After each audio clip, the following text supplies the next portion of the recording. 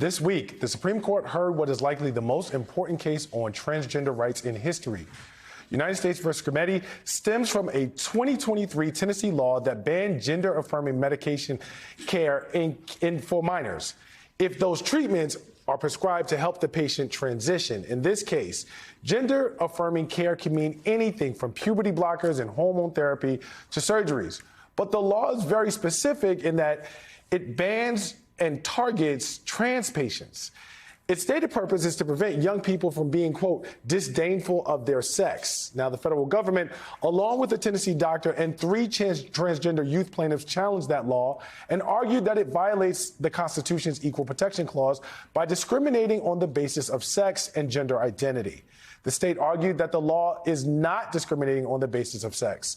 But even the Tennessee Solicitor General, the person who was defending it at the Supreme Court, was forced to make this important admission.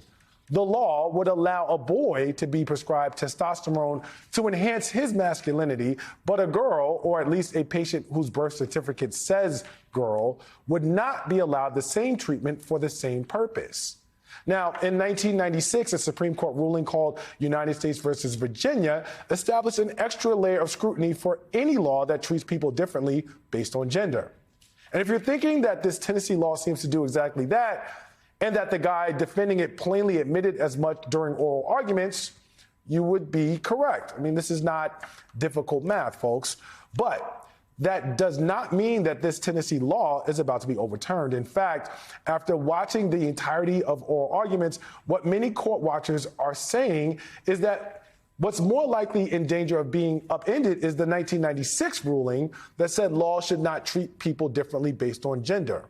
During Wednesday's oral arguments, the court's conservative majority appeared not only willing to uphold Tennessee's trans health care ban, but they also showed some appetite to undo the nearly 30-year-old precedent that covers all sex and gender-based discrimination as decided in Virginia.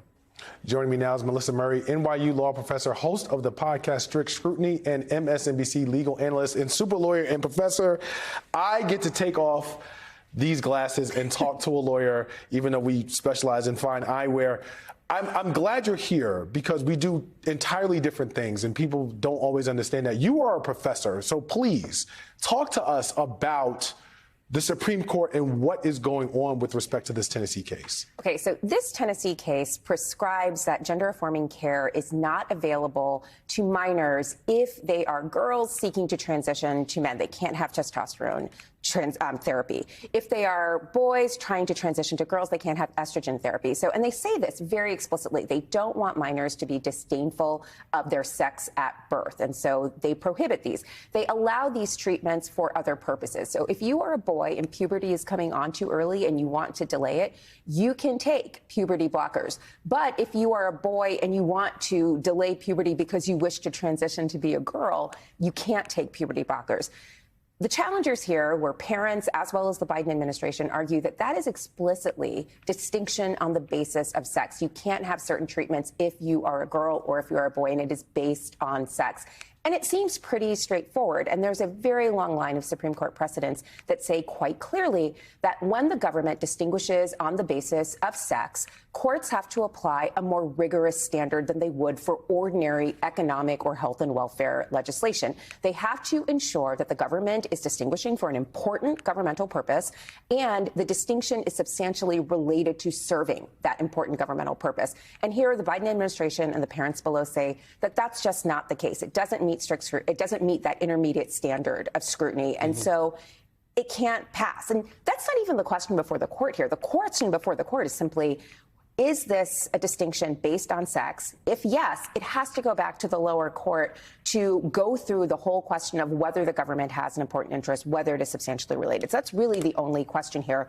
But we got a whole array of questions at the Supreme Court on Wednesday about women in men's sports, men in women's sports, transgender athletes, the whole thing. And it was really up to Justice Jackson to kind of focus everyone. Like, the real question here is about the institutional role of the court to call out a distinction based on sex and send it back to the lower courts to decide if that intermediate scrutiny standard has been satisfied. So to what extent do you see the 14th Amendment, the Equal Protection Clause, being sort of an open door, if you will, to get some of these cases before the court it seems like this is the springboard that also made it ripe in this case, but could be something that's used in future cases to sort of bring these types of challenges in front of the high court. Do you see that as being a thing? Well, so I will say this.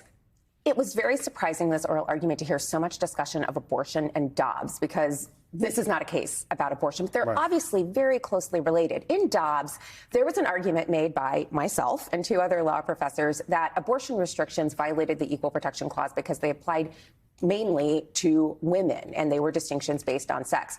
In a very short paragraph, Justice Alito, who wrote the majority opinion in Dobbs, dismissed that argument wholesale, saying that just because something distinguishes on the basis of pregnancy doesn't make it a sex-based discrimination, and full stop. And that is the kind of logic that the state of Tennessee is using here to defend this law, SB 1. It's basically arguing that it's not a distinction based on sex. It is simply a distinction based on medical purpose. And that is not a suspect category that would require the court to review this law more stringently.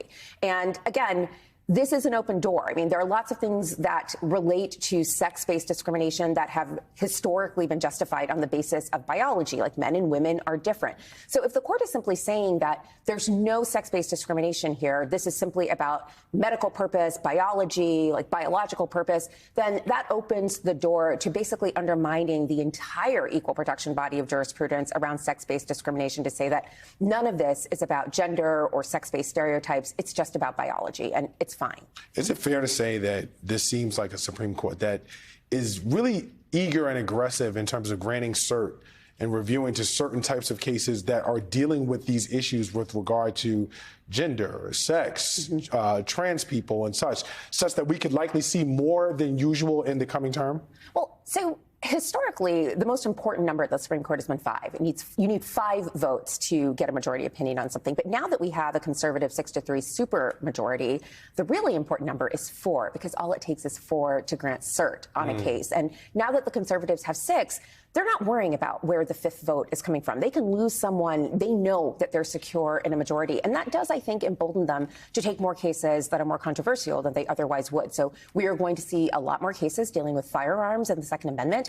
I think there has been some pause with regard to abortion. In the last term, we saw the court punt on 2 very big abortion cases, likely because there was a looming election. I think we'll see those challenges come back before the court in short order. But again, this is a court that has all the votes it needs. It has the ideology that it wants to press, and it's basically cruising on YOLO mode right now. And you only live once. Use this conservative supermajority while you can. Indeed. I hope y'all caught that flex. What she said was, when Dobbs came out, I made an argument. I was involved in that. With 2 other people. There were 3 of us. Thank you to Melissa Murray for being here this morning and breaking all of that down.